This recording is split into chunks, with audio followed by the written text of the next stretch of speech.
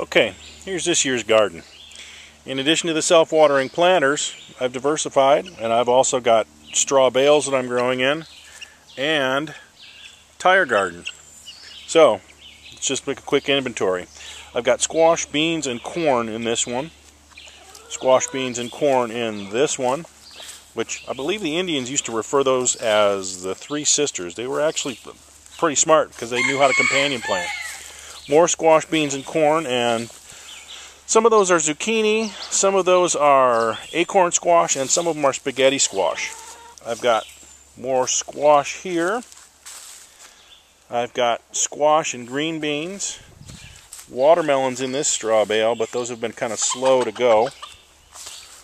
Broccoli. More broccoli.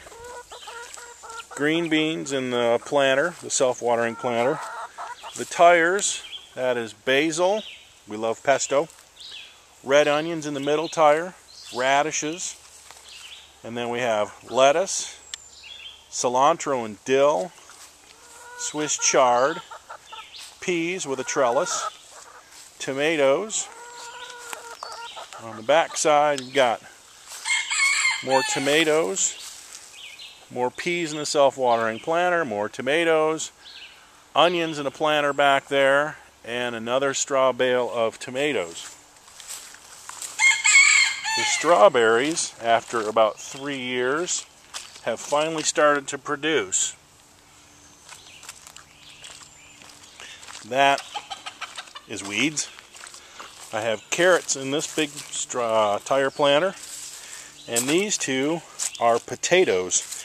That as the potatoes grow, I will take these tires that I've cut the rims or the sidewalls out of and stack them on top, and I'll eventually have a stack about 3 tires high that I should be able to get a pretty good yield of potatoes out of them.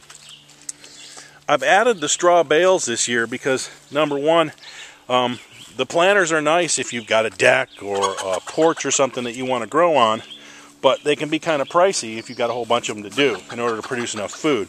The straw bales I think I got for about $3 a piece from the local seed place near here. And I've got a lot of sand here. Basically, we're sitting on top of a big sand ridge that was left here by the glaciers, and it's not real great soil for growing.